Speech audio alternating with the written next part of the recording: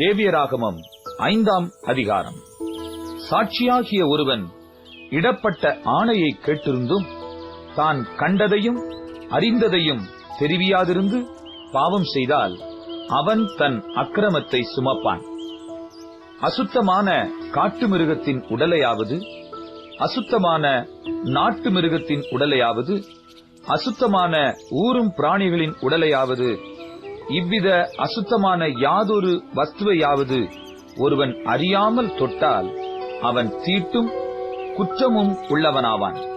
அல்லது எந்த அசுத்தத்தினாலாகிலும் தீட்டுப்பட்ட ஒரு மனிதனை ஒருவன் அறியாமல் தொட்டு பின்பு அதை அறிந்து கொண்டால் அவன் குற்றமுள்ளவனாவான்.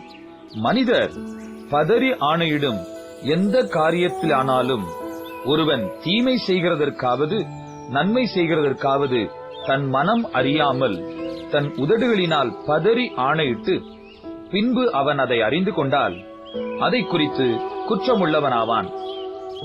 இப்படிப்பட்டவைகள் ஒன்றில் ஒருவன் குற்றமுள்ளவனாகும்போது அவன் தான் செய்தது பாவம் என்று அறிக்கையிட்டு தான் செய்த பாவத்துக்கு பாவ நிவாரண பலியாக ஆடுகளிலாவது வெள்ளாடுகளிலாவது ஒரு பெண் குட்டியை குற்ற நிவாரண பலியாக கர்த்தருடைய சந்நிதியில் கொண்டு வர வேண்டும்.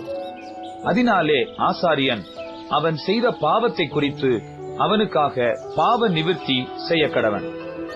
ஆட்டுக்குட்டியை கொண்டு வர அவனுக்கு சக்தி இல்லாதிருந்தால் அவன் செய்த குற்றத்தின் நிமித்தம் 2 காட்டுப்புறாக்களையாவது 2 புறா குஞ்சுகளையாவது ஒன்றை பாவ நிவாரண பலியாகவும் மற்றொன்றை சர்வாங்க தகன பலியாகவும் கர்த்தருடைய சந்நிதியில் கொண்டு வர கடவன்.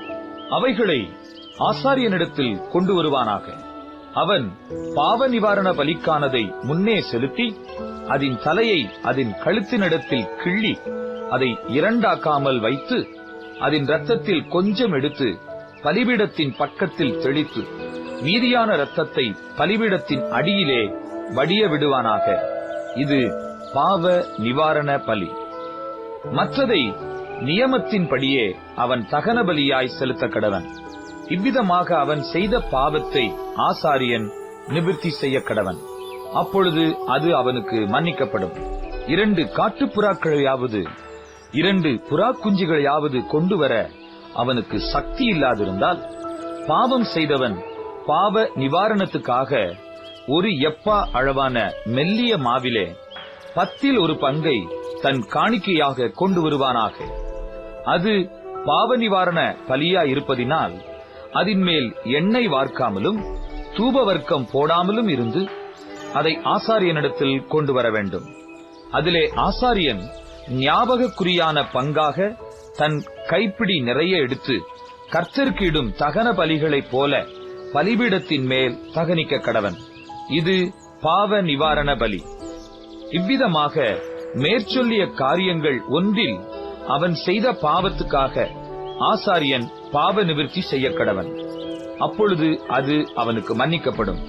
மீதியானது போஜன பலியைப் போல ஆசாரியனை சேரும் என்றார். பின்னும் கர்த்தர் மோசேயை நோக்கி, ஒருவன் கர்த்தருக்குரிய பரிசுத்தமானவைகளில் குற்றம் செய்து அறியாமையினால் பாவத்துக்குட்பட்டால் அவன் தன் குற்றத்தின் நிமித்தம் பரிசுத்த ஸ்தலத்து சேக்கல் கணக்கின்படியே நீ அவன் மேல் சுமத்தும் அபராதம் எவ்வளவோ அவ்வளவு வெள்ளிச்சேக்கல் பெறும் பழுதற்ற ஒரு ஆட்டுக்கடாவை குற்ற நிவாரண பலியாக கர்த்தருடைய சந்நிதியில் கொண்டு வந்து பரிசுத்தமானதை குறித்து தான் செய்த தப்பிதத்தினால் உண்டான நஷ்டத்தை செலுத்தி அதனோடு 5 1 பங்கை அதிகமாக கூட்டி ஆசாரியனுக்கு கொடுப்பானாக. குற்ற நிவாரண பலியாகிய ஆட்டுக்கடாவினாலே அவனுக்காக ஆசாரியன் பாவ நிவிர்த்தி செய்ய கடவன். அப்பொழுது அது அவனுக்கு மன்னிக்கப்படும். ஒருவன் செய்யத்தகாதென்று கர்த்தருடைய கட்டளைகளினால் விலக்கப்பட்ட யாதொன்றை செய்து பாவத்துக்குட்பட்டால் அதை அவன் அறியாமையினால் செய்தாலும் அவன் குற்றமுள்ளவனாயிருந்து தன் அக்கிரமத்தை சுமப்பான். அதிநிமித்தம் அவன் குற்ற நிவாரண பலியாக உன் மதிப்புக்கு சரியான பழுதற்ற ஒரு ஆட்டுக்கடாவை ஆசாரியனிடத்தில் கொண்டு வருவானாக. அவன் அறியாமல் செய்த தப்பிதத்தை ஆசாரியன் அவனுக்காக நிவிர்த்தி செய்ய கடவன். அப்பொழுது அது அவனுக்கு மன்னிக்கப்படும். இது குற்ற நிவாரண பலி அவன் கர்த்தருக்கு விரோதமாய் குற்றம் செய்தான் என்பது நிச்சயம் என்றார்.